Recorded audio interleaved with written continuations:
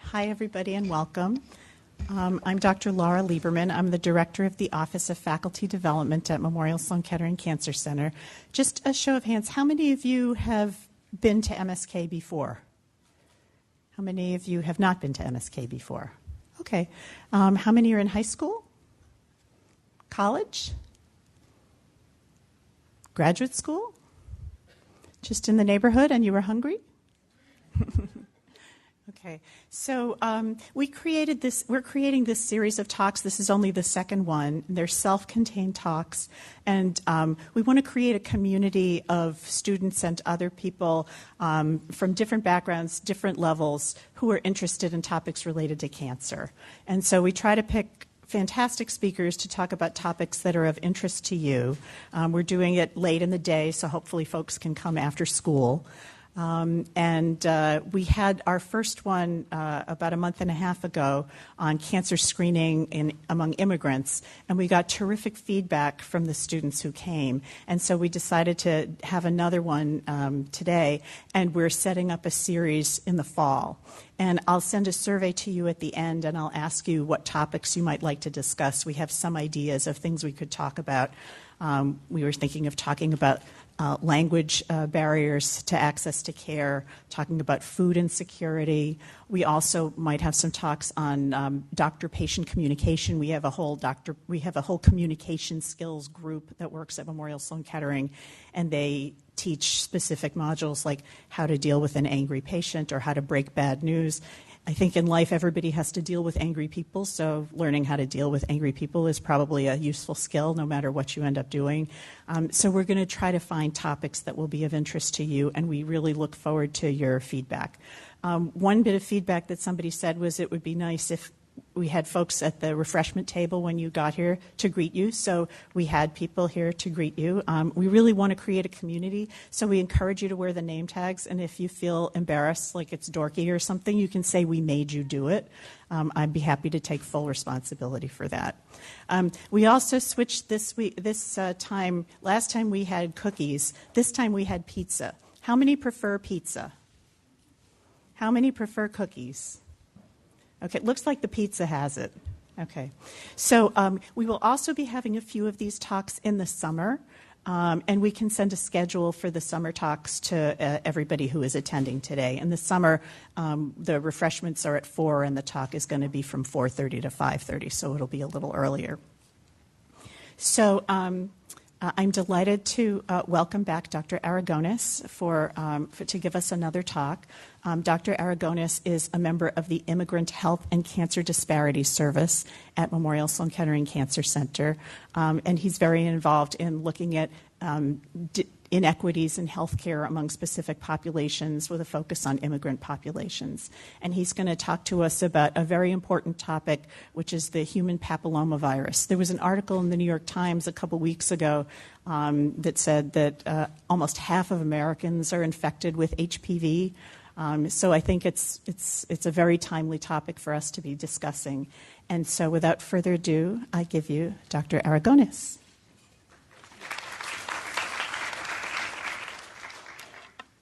Thank you again. Give me 1 second.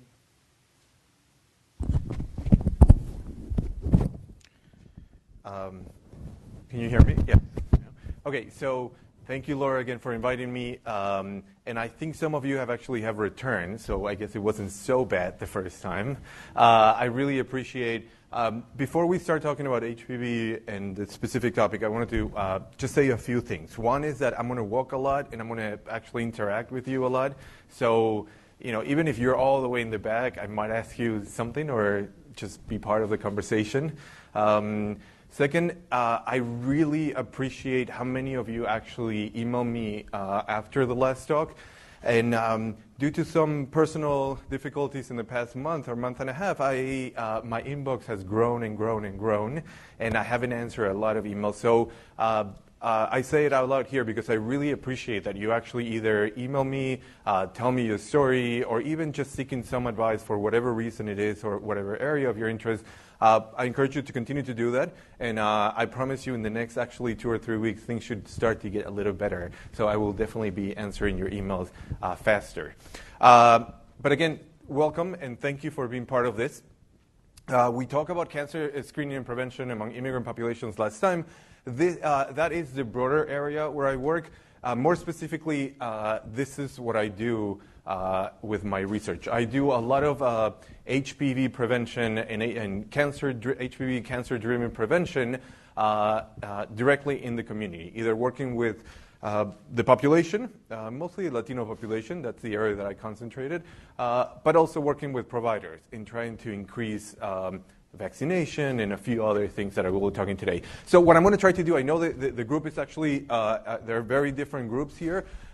If it's either too basic or too actually advanced what we're discussing, please stop me. You don't have to even raise your hand, just shout your question, let me know what you're thinking about, and we'll actually, I'll try to answer the best I can. Of course, I'll stay afterwards too if you have any other questions. The topic of HPV can be difficult. Okay, so I'm not going to actually hide it from you. It is a sexually transmitted infection or disease, and we're going to talk about that. We're going to talk about sex as well. So as controversial as it could be, I think we're all adults here, and we can have a good conversation about the topic. And I'll be guiding that conversation, and hopefully, again, you can participate. Okay, so before I even jump into my next, I told you that I was going to ask you a question. So before I jump into my second slide, can anyone here, and really, I know this is how I'm going to start the conversation, so I'm going to put you in the spot and I'm going to open it up with the most difficult part, but can anyone actually define sexual contact here? Can anyone define for me sexual contact? Yes?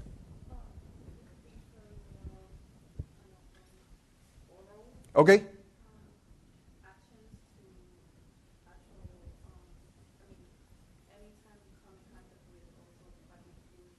Okay.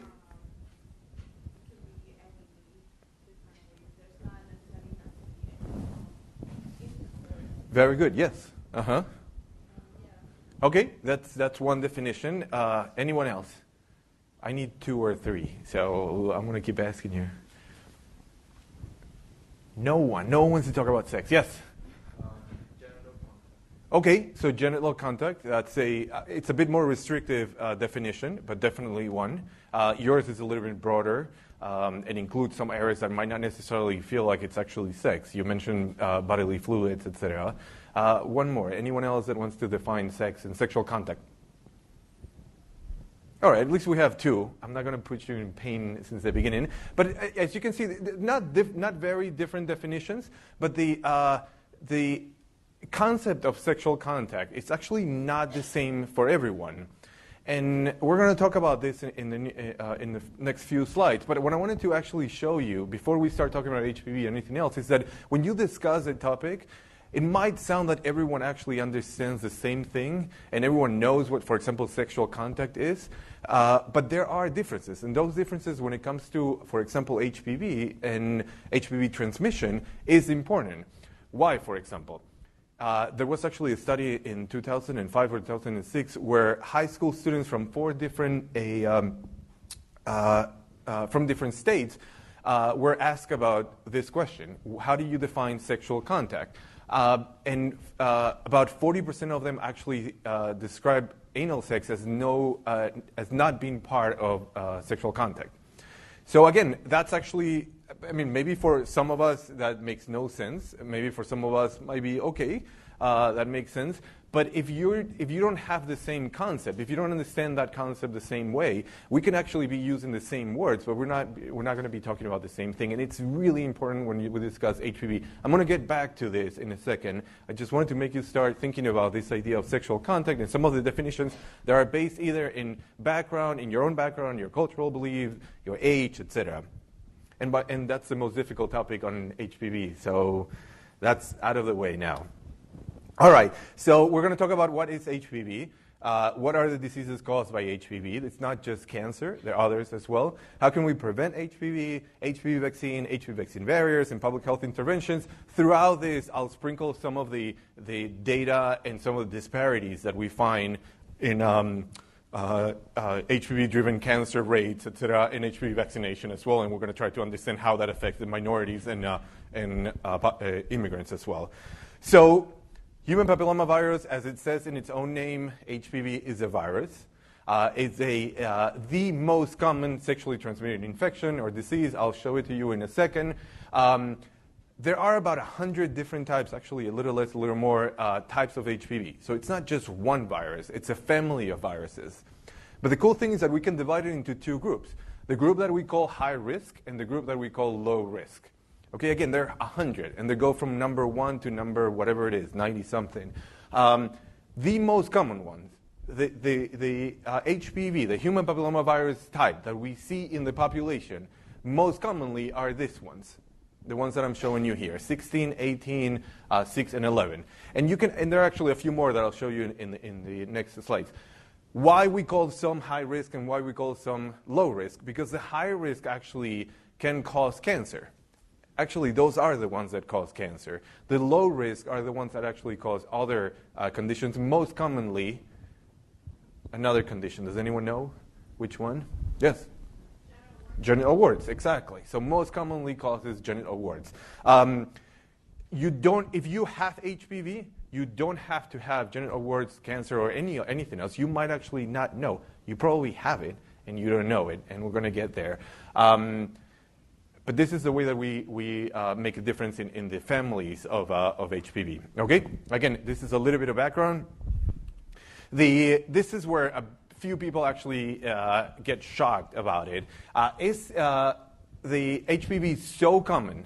It's the most common sexually transmitted infection or disease in this country. It's so common that about 80 million people in the country, or half of adults, have actually HPV at any given time. Okay? At any given time. In your ages, and I'm just assuming here, between 15 and 35 all the way up to 45, 80% of that population have HPV, or it's infected with HPV at any given time. So look around, and probably the person to your right, to your left, might have actually, not you, but the person to your right and to your left. So it is that common. That's how common it is.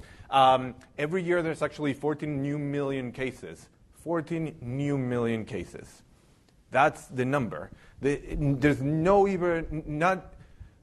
other sexually transmitted infection gets close to this. And how many people talk about this as a sexually transmitted infection? Very few.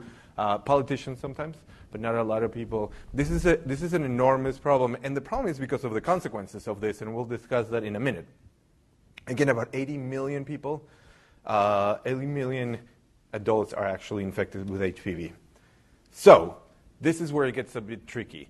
It is a sexually transmitted infection, okay? No question about that. I'm not trying to put this message the way that I would actually, for example, shape it to a patient. I would tell them more about, yes, it is a sexually transmitted infection, but it can cause, cancer, and let's focus on cancer prevention. I want you to understand very well what this actually is and how it gets to become or to cause cancer. And that's why the emphasis on sexually transmitted infection. As we discussed before, sexual contact can be actually different things and means different things. But for HPV, or HPV doesn't care about that. HPV includes all of them. Okay? And the way to define it and the way to think about that actually is that sexual contact for the purpose of HPV infection is skin to skin. Notice that I'm not talking about genital contact. I'm not talking about mouth, anal, penis, vagina, none of that. I'm talking about skin to skin. Okay? And notice also I'm not saying the toilet or anything like that. It's actually a common misconception. I can get HPV from the toilet, from sitting in the toilet. So when you talk about skin to skin, yes, definitely actually vaginal, anal, and oral sex, definitely. But you might not need to get there to actually get the infection. Your worried faces are not good, actually, at this point. You're not going to need to this. And actually, there's some studies that discuss actually kissing as a way to transmit HPV as well. HPV can live in many parts of the body, and we'll discuss that in a minute. One of them is in the mouth or in the throat, the back of the throat. And kissing might be actually a way of transmitting the infection as well. In any case, definitely oral sex, definitely anal sex, definitely vaginal sex. So when you talk about HPV, you are talking about all types of sexual contact when it comes to transmitting the disease. Of course, as I was telling you, there are actually age differences in how we define sex. And again, I've done a lot of these talks, believe it or not, with middle schoolers. And I was invited not long ago, actually, to do a talk about HPV with middle school. And their actually understanding of sexual content was fascinating. So if you're sitting with a person there discussing this, imagine it's your patient, 14 years old, 13 years old, and the parent is there, and all of a sudden you're talking about sex. You might be talking about sex thinking that he or she understands you completely well, but he or she might not think that oral sex is actually a way to get HPV. Of course, if you think about an older population, it might be different as well. There was, as I said to you before, there was a large study that actually thought that anal sex was not actually sexual contact. Cultural differences in definition, as I explained to you, and then this is one of the most interesting things, like, because we're talking about STI, one of the most common things to say is like, well, if you wear a condom, most probably you will not get most of the STIs or STDs. And for HPV, it's not the case. And it's not the case because, again, going back to this, it's direct skin to skin. You don't need bodily fluids. You don't need actually genital contact. It might be enough to have a skin-to-skin, of course, with the areas where the HPV likes to live in our bodies, and we'll talk about that in a minute, but it's enough to have skin-to-skin. Any questions so far? And I really mean it when I say you can ask any questions as we go. You don't have to wait until the end or good. So I think it's clear. Yes?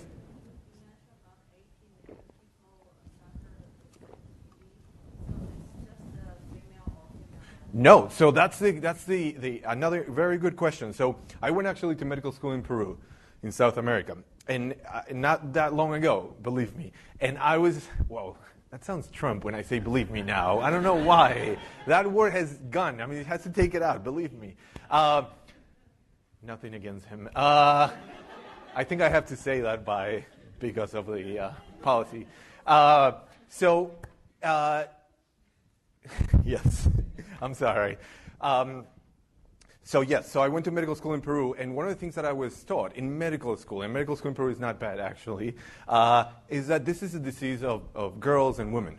This is, it's not an issue with men. I mean, yeah, men carry the infection, but it's not a problem for him. I mean, we pass it to other women, but, that's not a problem. We don't have to care about it. It's only women. And mostly it's because it has been always related to cervical cancer. And that's what we're going to discuss in a minute. But the truth of the matter is that it's as important and as big of a problem for men as it is for women. So it is. HPV infection is as common in men as in women. There's no difference in the number of people that are infected with HPV when it comes to gender. It doesn't matter. It matters very little the age, if you're between 13 and all the way to 39, I believe. So men and women, we are not only carriers, we actually do get diseases from this. And even if we're just carriers, we're passing the disease to others. So the good news. Okay, this is the part that is good news. I don't want you to leave here thinking like, oh my God, I might have actually HPV and this is over. It's not over. 90% of us, okay, our defense system, our immune system is good enough that we can clear ourselves from the infection.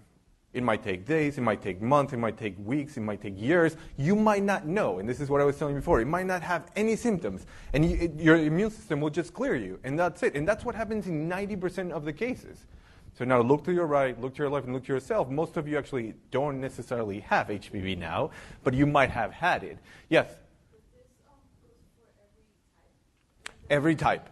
High risk, low risk, it doesn't matter. Your system is capable enough, in most of us, to actually clear ourselves from and I'm putting it in a very simple way. So there's a whole, a lot of mechanisms to actually address this and how this happens, how the body does this. But in simple terms, our immune system is strong enough, is good enough, and there are other factors that actually we can clear ourselves from the virus. Yes.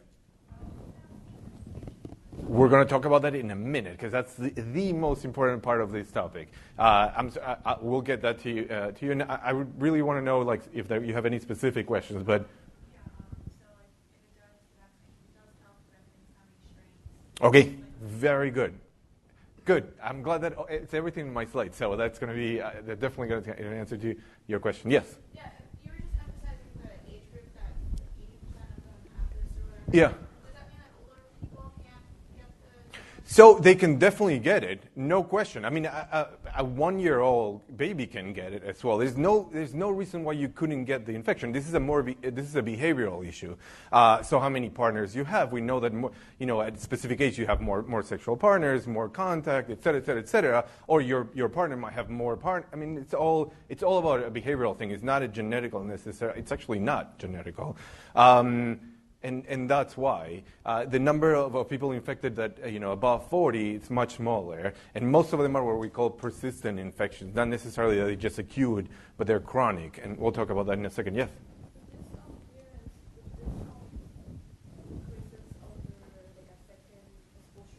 That's a very good question. There's some literature on this, and apparently, yes, if you get infected with the same strain, with the same type, you might be more likely to actually clear yourself and not have what is called persistent infection or chronic infection. The thing is that we don't know that. And there's not a lot, again, as I said, most of us have the infection. Most of us don't even know. And we'll never know that we have the infection. So how do we test you? We just have to go around and testing people. And then making sure that between that test, it becomes a very complicated research process. There is some data on this. And yes, there is some immune response that helps you with the next infection, which will probably happen again.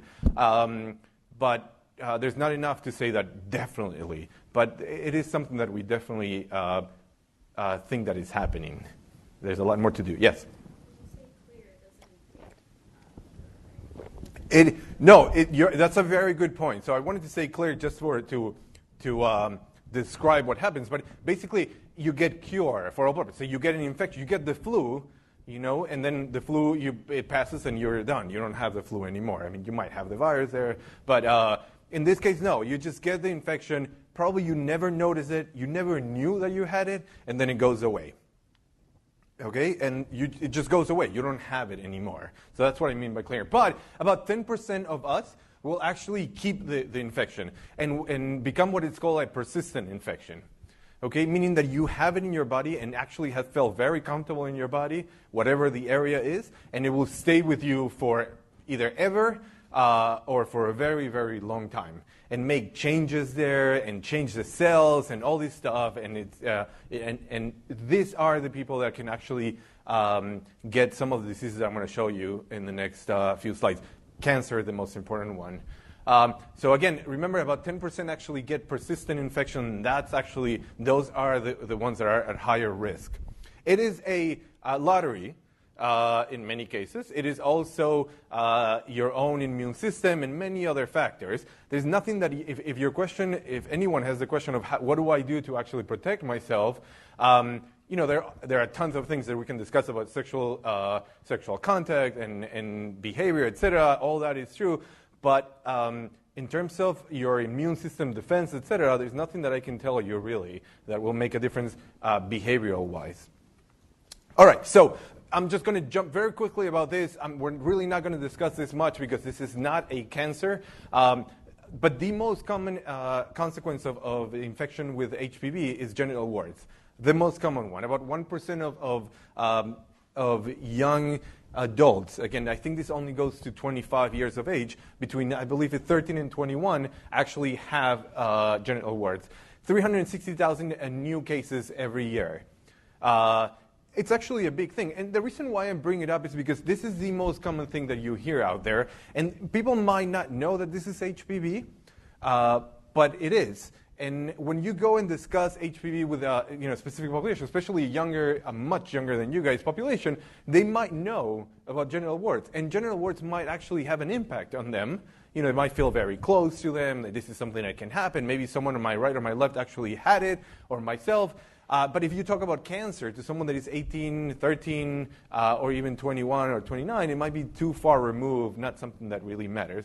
So this is the only reason why I'm bringing it in, because this is actually not this doesn't have a long-term consequence. Most of these cases, again, go away. If they actually bother, if the warts bother, you can remove them. They usually show up in the genital area or in the mouth area. Those are the two most common areas, and they go away. after a certain time. But again, if it becomes too big of a problem, etc., people remove them. If you get genital warts, it doesn't mean that you will get cancer, and the reason is because, remember when I mentioned low risk versus high risk? Genital warts is actually caused mostly by a low risk, so not the high risk. Any questions about genital warts? Because this is as much as I'm going to discuss genital warts here. Okay, genital warts caused 100% by HPV. Okay? All right, so what about HPV and cancer? These are the types of cancer that we were talking about. So it's not just cervical cancer like many actually think. It's all of this. All of this. Almost 80% of anal cancer. Let me backtrack that. 99% of cervical cancer is caused by HPV. 99%. If you don't have HPV, you will not have cervical cancer, almost entirely, 99.9%. Anal cancer is about 70 to 80%.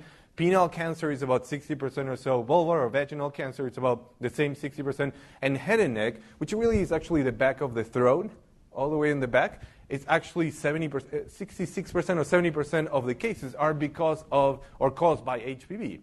And I was talking to some of you guys before. It used to be that throat cancer was a tobacco issue, chewing tobacco or smoking, but the most common cause of head and neck cancer today is actually HPV. And what is very interesting, and we're going to discuss this in the near future, in the future slides, is that you might have actually, this cancer doesn't show until very late in your life, like when you're 50s or 60s, but you got infected when you were, your late teens or 20s. So again, not a lot of people think about these cancers as a problem related to HPV. And to answer your question about men or boys and girls, men and women, we all have anus, men have penile, vulvar cancer, head and neck, we all have it. So this is actually a problem. Even though we used to think that men just transmit the disease, we can also get a good amount of cases of cancer caused by HPV. Okay?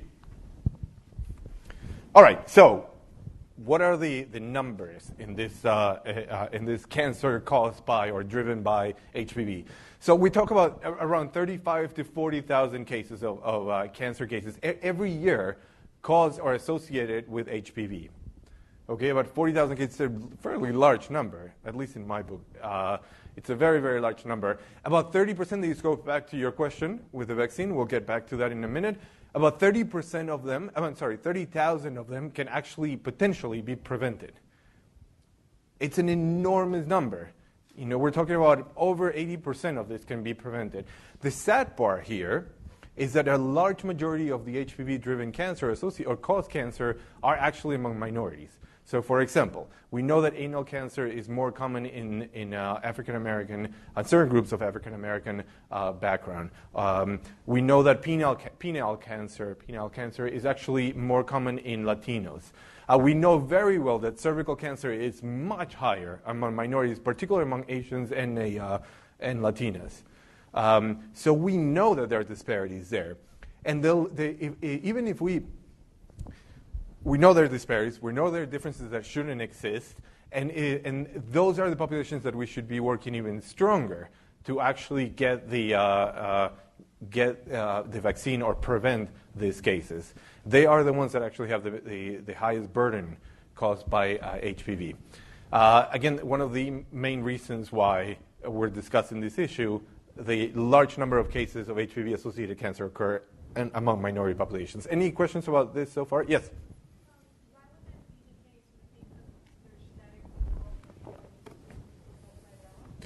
That's a very good question. So the most common answer is actually the infection rate. So we know, for example, among Latinos in general, the infection rate in their country of origin, if you're an immigrant, the infection rate is much higher than in the United States.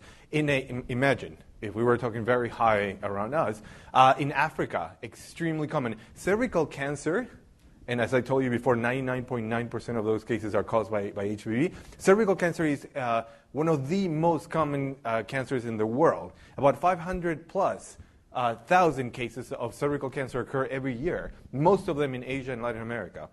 Asia, Latin America, and Africa. Most of them. So this is an extremely common infection. Now, that's one way, and that's the way that I see it. Some people might say, well, but 90% of people just, if they get the infection, it goes away. Yeah, but about 40,000 people get cancer from it, just in the United States. About 500 plus thousand women get cervical cancer in the world, et cetera, et cetera, et cetera. So it becomes a much bigger issue.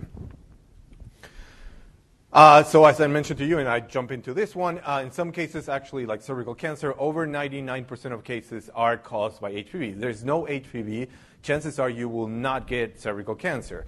Head and neck is actually another one, and as we talk about it, it's a very, very big number. I mentioned this before to some of the guys some of the discussions that we're having is that we tend to think about cervical cancer as the largest one and the biggest problem when it comes to HPV. We know now that head and neck is going to become the biggest, if it's not already the biggest problem related to HPV. We think that by 2020 there will be more cases of throat cancer caused by HPV than cervical cancer. So over 18 actually, compared to 14,000 or so. 18,000 versus 14,000. So again, not just that it's a problem today, but it seems to be a bigger problem, and a growing problem in the population. This is the key. This is the most important part. Many years between the infection and the cancer. So it could be 25 years, it could be 40 years, it could be 15 years. But there's a lot of time between infection and the cancer. Okay, and when you see cancer. So that's why, for example, we do pap smears so often, every 3 years these days, etc. And we most of the time just look for lesions. Those are not cancer. If you find a lesion, that's probably caused by HPV, and we try to, fix that before it gets to it becomes cancer. Because we know if we leave it like lesion, we know that in the long run there's a good chance that it will become cancer. But it takes a while. Throat cancer being the one of the most the longest one that it takes to actually become cancer. So it lives in that, the virus lives in that area for many, many, many years. It feels very comfortable there. So before I jump into the next one, any ideas why I keep talking about anal, penile, cervical, neck, or throat, and vaginal vulvar cancer? Any ideas why those places? This might be a little bit anatomy. Yes.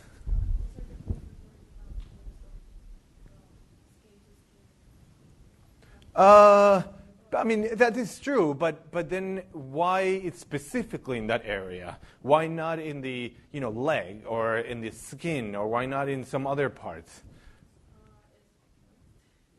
Okay, that could be it. I mean, yeah, it could be, but it's not the answer that I'm looking for. But yeah, it could be. Someone else said yes. So that's what you were mentioning, I think. I mean, somewhere along this line. I mean, that's the most common one, really. And yes, that's absolutely what you're saying is absolutely true. But it doesn't have to be. I mean, for other purposes, it can cause the virus can go travel all the way to whatever. I mean, think about HIV. That's a virus that gets in through a sexual contact that goes into your body. It goes all over the place, and in many cases can cause cancer, far away from the contact or the entry, from your skin to whatever else. I mean, there are very many types of cancer. So any thoughts? Yes. So that was actually mentioned here. I never thought about that. Maybe there's not a lot of description about that. So the answer here is that yes. Oh, I'm sorry. There are two more that are willing to guess. Yes. Okay. No. It's more like it's more down to something. I mean, it's very like biology, etc. Yes. One of the virus preferring the area when the infection occurs. Okay, so it does. Receptors attaching to the parts of the body which Yeah. matches it, and then you have that reproduction. That is definitely true, but why are those receptors there?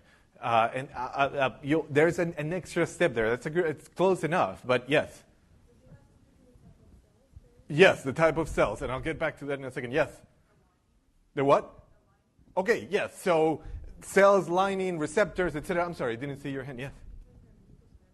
So all those actually, I think, are correct, and I'll explain to you why. And some people don't like to think about this, but the throat, okay, the back of the throat, the anus, the cervix, and a few other areas of our body have a very typical, what we call, for very simple terms, the transition tissue. Basically, where one type of tissue transitions into another one, okay? And that happens in the back of our throat, that happens in our anus, that happens in the vagina, or actually the cervix, I'm sorry, some parts of the vagina, and penis as well. Those specific areas, and this is all what you guys discussed, those specific cells are the very good ones for the HPV. That's where the HPV likes to live and attaches there. And sadly, in some cases, those cells are not actually strong enough to, again, as I told you before, clear the infection, and the virus live there very happily. So people might not like to think about this, but your anus and the back of your throat, tissue-wise, are very similar. It's called transition area. And again, that's why it stays there. So many years, again, between the infection. This is the reason why we're talking about specific areas. So when we talk about HPV prevention, before we get into the vaccine, are the typical, STI preventions. I'm not going to go into that. I'm sure we can spend hours talking about like abstinence versus no abstinence, et cetera, et cetera, et cetera. There is plenty of evidence in that regard, and I'm not going to talk about that. The only caveat here is that condoms might not protect you enough or completely. Because again, skin to skin, as opposed to bodily exchange of bodily fluids, etc., or contact with the genitals. But what is very important here, very important, is the HPV vaccine.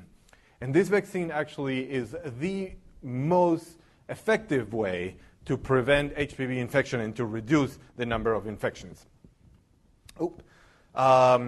The history of the vaccine actually was approved about 11 years ago by the FDA.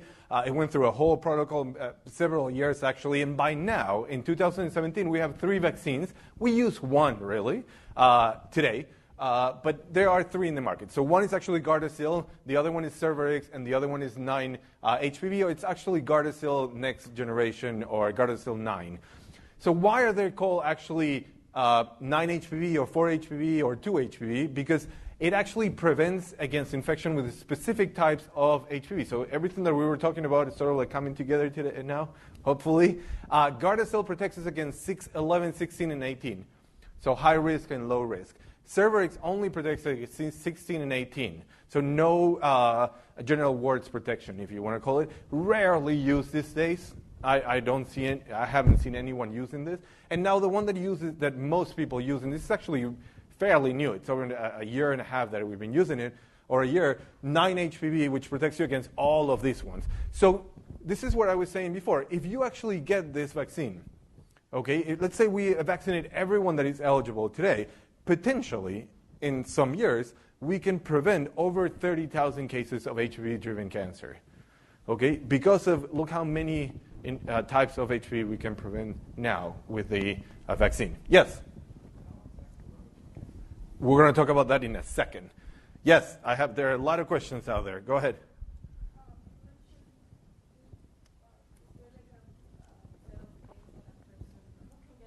Okay, we're going to talk about that in a minute, for sure. I want to make sure that actually I'm answering questions of this.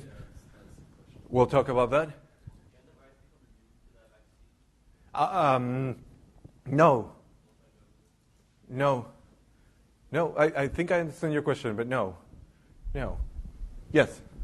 You mentioned before there's more than 100 HPV. Exactly. So now the maximum is only 9 vaccines.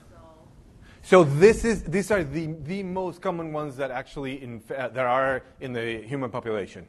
So the most common ones. So you're right. You're not gonna prevent 100% of the infection of HPV, but if you prevent these ones, which are the most common ones, you're preventing most of the HPV vaccine, and most of the HPV infection, and we're talking about above 90% at this point. So again, if you take a sample of all of us, and from all of us that actually have HPV, about 90% of us will have these types, and we can distinguish them through tests. We will have these types of HPV. Okay, the other ones are very uncommon in the human population, but they exist. So there are about 100 of them. So again, there are 3 vaccines. The last one being new. Again, I'm putting it new, but if you go to the doctor or you send someone to the doctor to get a vaccine these days, to get the HPV vaccine, you will get 9 HPV. That's the one that is out there these days. I mean, no, or Gardasil next generation, depending how they call it, Gardasil 9, etc. Okay, is it safety? This is the first question that I get when I actually talk about this. So one thing that I want to mention to you is this. In the United States, at the state level and at the federal level, there is something that's called mandatory report of any vaccine side effects. And this includes the HPV. If you go to the doctor, most probably to get a vaccine, most probably that doctor will report to the Department of Health or to other entity that he or she gave that vaccine. And if it's actually if there is a side effect, whatever that is, even as minimum as just redness, that should go to the reporting system. So when people talk about we don't know what vaccines are doing. I don't want to get the flu vaccine because we think that it does causes A, B, and C. We don't want to get the HPV vaccine. Well, we do know. We have a lot of one of the best data on vaccination vaccine side effects. So we do know. Okay, you don't have to take this my own word. I'm happy to actually distribute the data. There's a lot actually on vaccine safety, and we're very good in terms of, we do very well in tracking this, very low numbers of side effects for all vaccines in general. But if we look only at HPV vaccine now, it's been in the market for about 11 years, has the lowest side effects than any other vaccine, the lowest. And what are the common side effects? Okay, what are those reported side effects that are so common that people talk about it? I'm not getting that vaccine because side effects are horrible. Well, it's redness in the area. Most of the time you get it in the shoulder. That's like any other vaccine. If you get this flu vaccine, you might get some soreness there or redness. Any other vaccine. That's not particular of HPV. All right, what about fainting? This is the one that a lot of people have heard about. There was a case in Colombia last year. All these women were fainting after getting the vaccine. And here as well, too. Oh, my God, people are fainting. It's causing some neurological problems. Well, if you look at the data on particularly females, but it happens in male, too, adolescent females, happens also in male, that get an injection, not a vaccine, any injection, a good percentage of them will faint from the injection. It's as simple as that. Okay, completely normal. Has nothing to do with HPV. It's a reaction to the pain, the injection, etc. If you practice medicine or you actually read the evidence, you will notice that this happens as often as possible. So what do? We ask the patient or the person that's getting the vaccine to sit in the office for 10 minutes. And that's the common practice for any vaccine. Any other side effects? Any? No, not at all. My sister, who has 2 kids in the age that should be getting HPV, she is not getting the vaccine yet. And yes, I'm actually suffering because I think that she's doing a very bad thing to her kids. But I'm trying to convince her that this vaccine, show her that this vaccine does not cause quote-unquote mental retardation, as some politicians said it here many years ago, or neurological side effects, or any of the other vaccine issues that many here believe and has no proof, and there's no evidence about it, like Down syndrome and tons of other things, actually, or autism, I'm sorry. None of that is true. There's plenty of science. I don't say it because I think so. I say it because there's so much evidence proving that none of this are actually issues either with HPV vaccine or any of the other vaccines for that matter. So as of now, 11 years after approval, we don't have evidence of any other side effect other than this, and we have a very good system to track this evidence. Is that okay? Did I convince you? You can say no, it's okay. Will you give it to yourself or to your child? I see no yeses there. So again, these are the common side effects. So how the vaccine is administered and who should get it. This is to answer some of the questions that were actually asked here. HPV vaccine is part of the vaccination schedule. We have actually what is called a vaccination schedule. So you should be getting hepatitis B when you're a certain age. You should be getting the TAB vaccine when you're X, Y, and Z years. It's a schedule. You're born, you get these vaccines, et cetera, et cetera. HPV is part of that. Okay, if you go to any Department of Health, the CDC recommends this. There's a group and association that actually puts the recommendations out. HPV is part of them, but for no other reason than purely political reasons, it is not part of the mandatory vaccines for school. So many of you are actually either in school or in college. You know that to go to medical school, to go to school, college, university, to go to K to 12, you need to prove that you have received the vaccines, really. And that is the only reason why in the United States vaccines are mandatory. You don't have to get vaccines. No one is making you or telling you that you must to be able to be a citizen or receive whatever. The only reason why most of us get, not the only, I mean, we're rational and we understand that it's good, but the most important reason is because we need to go to school next year and we need to register and we need to give them proof of vaccination. And HPV is not part of that now. Why? I have no idea. It is actually in 2 states, or 1 state in the District of Columbia, and that's Rhode Island.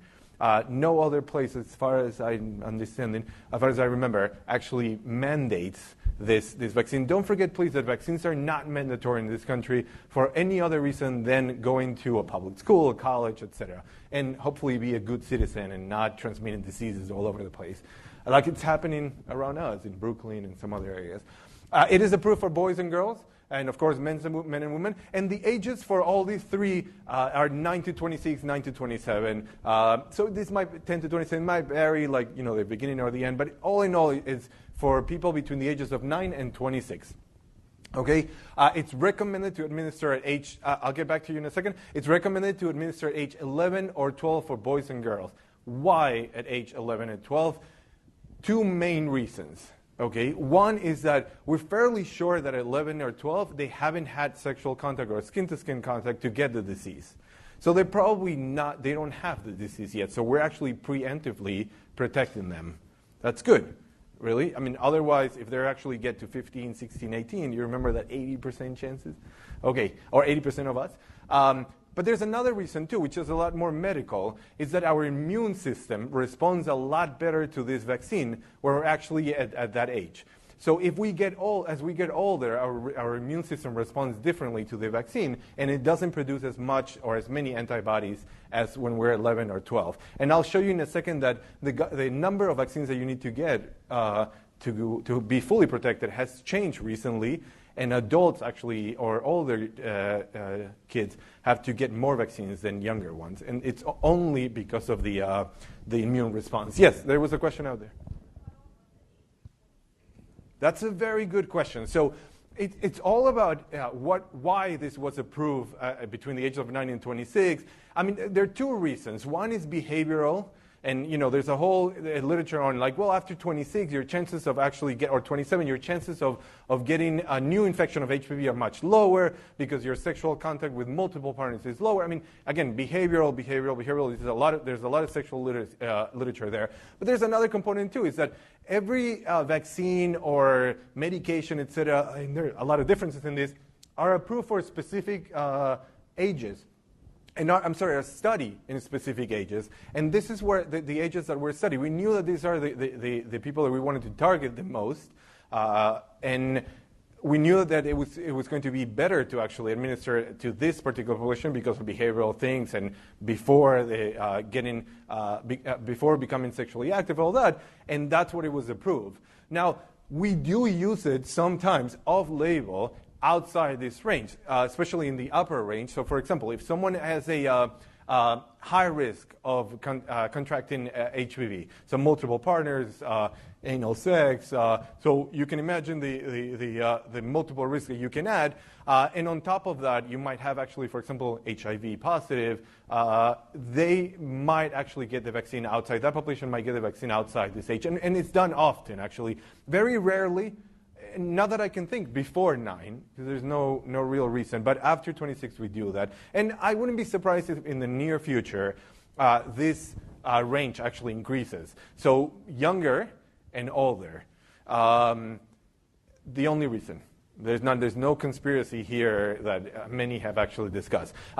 One thing that I think will be really cool is to get the vaccine to be able to give it to kids as young as 0 or 1, because as many of you know, and hopefully you do, one of the issues with this vaccine is that, we're protecting kids against a sexually transmitted disease. And by doing that, we're letting kids actually have more sex, and we tell them, hey, you're protected. Go and have sex. Have 20 partners, 30 partners, as many as you want. Believe it or not, this was a real issue, and it is actually still an issue. And believe it or not, the federal government of this country put a lot of money to investigate this, and it is not true. Kids and people that get the vaccine do not have more partners than those that actually do not get it. But it will be really good as well too if we can give it at age 0 or 2 or 1 or 2, because we're already doing that, for example, for hepatitis B, a disease that can be actually passed through sexual transmission as well. And I mean, if one parent that is not related to health tells me that hepatitis B is a sexually transmitted infection, it could be, I will be very surprised. Most of them have no idea and just do it because what? It's mandatory for school and we need to be protected, and it's actually good for the person. Anyway, so I wouldn't be surprised if that changes. As I mentioned to you, the guidelines change just in December of this year, the past year. So it used to be that 3 doses for everyone between 9 and 6, and you started today the second dose in 2 months and the third dose in 6 months. And that's just to booster, and then you get a good optimal immune system, and then you're fully protected. Now we know that the immune system in younger people, as we were discussing before, is actually responding much better to the vaccine. It's only necessary to give them 2 doses. And not just that, but the range of time is better as well. And thinking about it in terms of public health, this makes sense. So if you can actually give 1 dose today and another dose in 1 year, your chances of getting all the doses are much higher. Why? Because kids are going to the doctor once a year to get their vaccines, approved vaccines, so you're not missing that extra, that second dose. So again, 2 doses for those younger than 14, 3 doses for those older than 15. All right, so what are we doing with the HPV vaccine? We suck. We're really doing a horrible job. Some states are doing better than others, but about 50% of those eligible to get the vaccine get the first doses, okay? Just the first dose. But you remember that if you get 1, it doesn't mean that you're protected. Really? So, but 50% of them, about 38 to 40% of those, not of the general population or eligible population, 30% of those actually get the recommended, back then actually, we don't have data for the 2, but the 3 doses.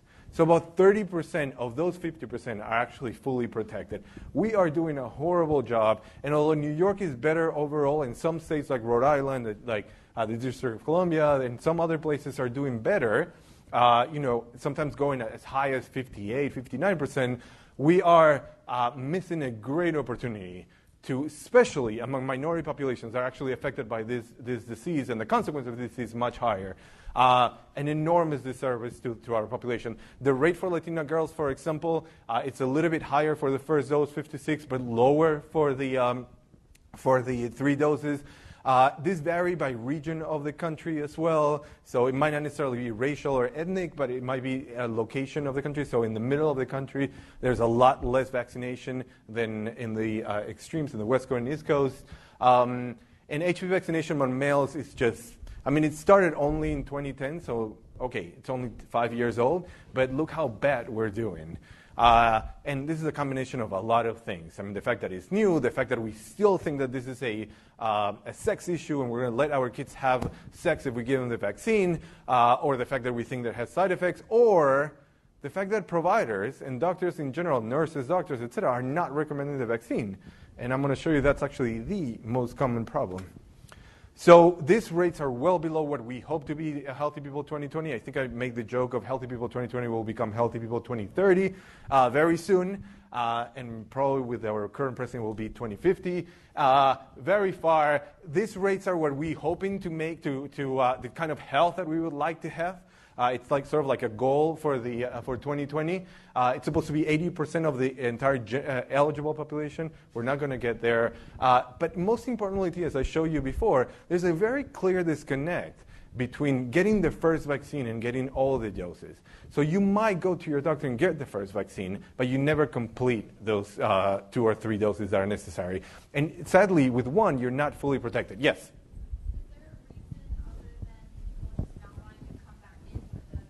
There are plenty of reasons, and we'll talk about that in a minute. There are actually very good reasons, and those are the ones that we're using to sort of like, that we understand, and we're sort of like targeting to, or intervening to try to increase HPV vaccination. And I'll mention them in a second. So what are the common barriers? Before, let me give you a background in terms of children, okay, who stand to gain the most from this vaccine. Believe it or not, especially in New York, about 90% of children, even undocumented children, are actually insured, have health insurance. 90%. But 95% of children in the state of New York have actually a primary care physician or regular source of care. So access to the system is not a problem. Access to the system is not as difficult as it is for the parents. There's still issues in accessing care, but it's not as big of an issue as parents. And over 94% of children in New York State get the actual Tdap vaccine. Why am I bringing this up? Because this vaccine is given at the same age when you should be getting the HPV vaccine. So you're going to the doctor. The kids at that age, 11, 12, 13, are going to the doctor. And they're missing the opportunity to get the HPV vaccine where they're getting the Tdap. An enormous missed opportunity, and one that we're actually not taking advantage. And this number has not changed, actually. This Tdap vaccine remains very high. Why? Because it's mandatory. Yes, I'm losing you guys. It is worse among minority populations. When it comes to knowledge, when it comes to understanding HPV vaccine, most parents don't necessarily understand what HPV is, how it's related to cancer, how it's actually how you get it, et cetera, et cetera. This is some work that we have done. The most important thing here, and this is sort of to understand your question, there's several barriers to why we're not getting all the vaccines, and even the first one, lack of provider recommendation, or what we call vaccine hesitancy, is probably the most offensive of these barriers. It is the most common cause of actually low rates. So you're going to the doctor, you're bringing your kid to the doctor, but you're not discussing it. Why? There are a million reasons. But one is actually, as a doctor, I have 5 minutes to see you. It's a wellness visit. I have to give you all these vaccines. And all of a sudden you're telling them, oh, by the way, there's this vaccine that is not mandatory, but it's in the schedule. You know the schedule? I'm going to explain to you what the schedule is. It's actually important because there's infection. There's no such thing. No doctors actually will want to spend that amount of time explaining things. And with the possibility of getting into talking about sex, no way. So there are multiple barriers at the provider level that stops them from recommending the vaccine. And again, if you ask parents, most parents will tell you, my doctor did not recommend the vaccine, and that is the main problem. There's still some misconceptions out there in terms of promiscuity and parents thinking, and this does happen actually very often, and this is something that I just read. This issue of promiscuity apparently has grown in the Afro-Caribbean or Caribbean immigrant population, surprisingly enough, to me at least. Because it has reduced in the general population, but the promiscuity issue has increased actually in that particular population. And of course, resistance towards the vaccine, although this is most common among high socioeconomic status, white, non-Hispanic populations in the country. So general vaccine, against vaccines. Again, the most important barrier is the provider, as I was telling you before.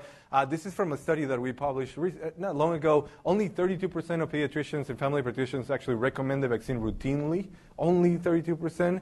And this is them telling us, so I think it's actually even better. The main barriers is the time issue and time to educate, to talk about all the things that I'm telling you right now, and I'm passing my time. But also, we have the missed opportunity. So kids are going, don't forget, kids are going to see their doctors every year, and they're not getting the vaccine. It's not offered. What are some of the barriers that I'm very interested in? One is not mandatory. Why? Someone here was actually talking about this. Someone is very interested. Yes. So why it's not mandatory, really? Why it's not part of the schedule? It's like any other disease. And I'm happy to try to actually guess an answer here. It started as a political issue, and it has continued, and probably will continue, but that is the only reason. There's no science behind this. None. One thing that I'm very interested in, this is what I was mentioning to you before, I'm very interested in understanding why adolescents can actually consent to the vaccine without having their parents. So if you have actually 14, 15, 16 years, or 17, you can actually go to some of the clinics in New York City, for example, and get tested for HIV. Or for any other STI, for example. And if you're positive, you can get actually treatment for that without your parent consent. Without that. But if you want to go there and get the vaccine without your parent consent, you cannot do it. You cannot. And California tried to pass this, and it got stuck there. New York has a law that is stuck in committee. That's the one that I was telling you in the state. And sadly, the Senate has decided not to take it so far. I was actually part of a group that went to the the city council and tried to push for this. Why not let adolescents actually decide about prevention as well? But anyway, it hasn't happened yet. I know I'm running out of time, so that was actually my one of my last slides in terms of what are the problems. There are tons of things that we can do. We can increase demand in the population by educating the population, by increasing how much the vaccine is wanted by the people. But most importantly, we can actually educate providers, facilitate the recommendation, not just with, again, don't forget, providers are not just physicians. They're actually nurse practitioners, in some cases actually physician assistants as well. Those are the ones that are actually giving the vaccine or recommending the vaccine at the clinic. And we can create some provider tools to facilitate recommendations, et cetera, using not just to recommend the first dose, but we can create reminders for the second one. A lot of this is the work that I'm currently doing, actually. Of course, we can make it mandatory for school, and that will solve all the problems, most of the problems, actually. Facilitate access to the vaccine as well to adolescents. And those are the issues that a lot of us are working. I'm concentrating and working in some of them, working at the community level, but there are multiple other levels. And there are multiple things that still need to be done. This information that I just gave you in 1 hour, and I'm sorry I'm passing my time, but this information, of course, can be expanded by hours. But imagine trying to give this information in like 1 minute to a parent that is bringing their kid for a wellness care and to just get proof of vaccination. I have sat with pediatricians that are actually adolescent medicine, that do adolescent medicine, care for these kids. And most of them tell you, I just don't have the time. So, and neither my nurse or my physician assistant, so none of us have the time. One last thing is that most of the kids in this country, but particularly in New York State, and particularly within minority and immigrant populations, get their care from private practice doctors or small clinics. Not in large hospitals. They don't go to places that have like fancy things and they can be sitting there in a waiting room and get educated, etc. They go to private practices where it's in and out, and the more patients you have, the better it is. The quality is good. I'm not arguing that. We're all doing the same things, but those are the providers that actually we should be targeting and discussing these things, etc. There's a lot of work to do, and actually, at least until now, there's still money to do some of this research. I wouldn't be surprised if this changes soon because it is a sexual issue. But we'll see. If we can maintain the message that this is actually a way to prevent cancer and really focus on that, maybe politicians and maybe the general population will understand that this is really important. And that if our kids, the people that are 11, 12, 13, 14, 15 now, if they get any of these types of cancer in 20, 30, or 40 years, it's our fault, not their fault. It's really, at this point, it's really our fault. Anyway, that's my last message. I passed my time, but thank you so much for listening to me. It was a lot of information, I know. Thank you. Thank you so much for a wonderful talk. That was really wonderful. We'll have to have you back for those additional hours and hours of more that you have to teach us. Since the hour is late, we won't take questions from the entire audience, but if you want to come down and ask questions, Dr. Aragonis, as you can see, loves teaching more than anything in life. And I'm really, really happy to see you guys. We'll be sending you a survey to get your feedback, and we look forward to more of these together. So thank you.